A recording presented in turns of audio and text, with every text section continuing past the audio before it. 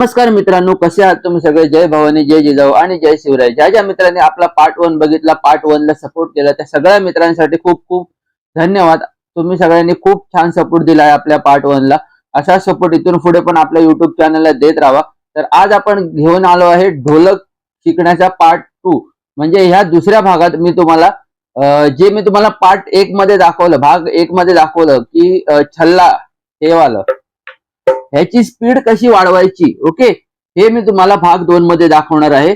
तर तुम्ही हा व्हिडिओ पूर्ण बघा. व्हिडिओ अजिबात स्किप करू नका. व्हिडिओ अजिबात अर्धवट सोडून जाऊ नका. हा व्हिडिओ पूर्ण बघा. तुम्ही जर आपल्या चॅनलवर नवीन असाल तर चॅनलला लाईक करा, चॅनलला सबस्क्राईब करा आणि बेल नोटिफिकेशन दाबा, जेणेकरून येणाऱ्या व्हिडिओजचे नोटिफिकेशन तुमच्यापर्यंत पोहोचतील आणि जास्तीत जास्त लोकांपर्यंत आपला व्हिडिओ शेअर करा, आपला चॅनल शेअर करा, जेणेकरून अजून काही लोक ढोलक शिकू शकतील. आणि ज्यांना पण आपला ऑनलाईन ढोलकचा क्लास जॉईन करायचा आहे, ढोलकचा क्लास ढोलक शिकायचा आहे, त्यांच्यासाठी मी एक नंबर देईन इथे, व्हॉट्सअप नंबर, ते माझ्या नंबरवर व्हॉट्सअप करू शकतात. ओके, मी सगळे तुम्हाला सांगेन कसं जॉईन करायचं, काय करायचं.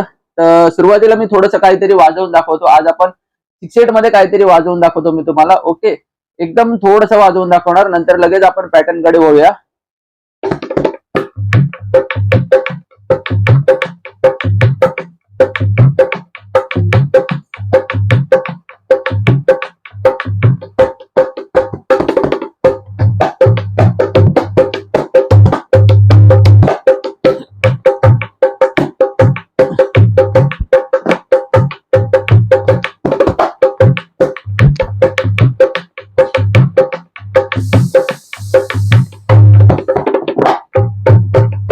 ओके, तर मी तुम्हाला पहिल्या भागामध्ये 1 1 1 1 1 1 हे दाखवलं होतं पहिल्या भागामध्ये. ओके, तर आता आपण काय शिकणार आहोत?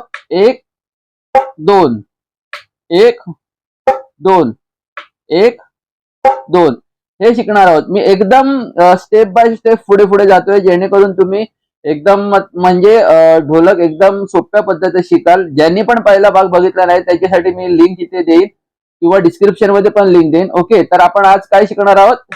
1 2 1 2 1 2 म्हणजे चाटीवर साऊंड कसा काढायचा, चाटीवर ढोलकचा आवाज कसा काढायचा. तर हे तुम्हाला माहितीये. हा तुमचा 1 झाला आणि ही ढोलकची कॉर्नर आहे, ढोलकची कडा आहे, इकडे 2.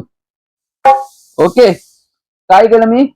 हा 1 2 1 2 1.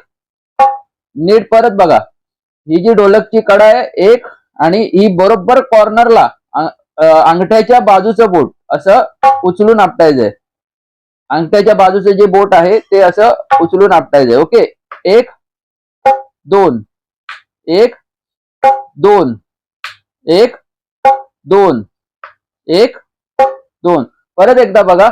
हे तुम्हाला माहिती आहे, हा 1 तुम्हाला माहिती आहे सगळ्यांना. ओके, तर 2 ला काय करायचंय? 1 2 म्हणजे ह्याला आपण ता म्हणूया. ओके, ता किंवा ना ढोलकच्या भाषेमध्ये. ओके, तर 1 आणि अंगठ्याच्या बाजूचं बोट उचलून, पण हे असं ह्या कॉर्नरला मारायचं. ओके, हे बघा, हा जो कॉर्नर आहे,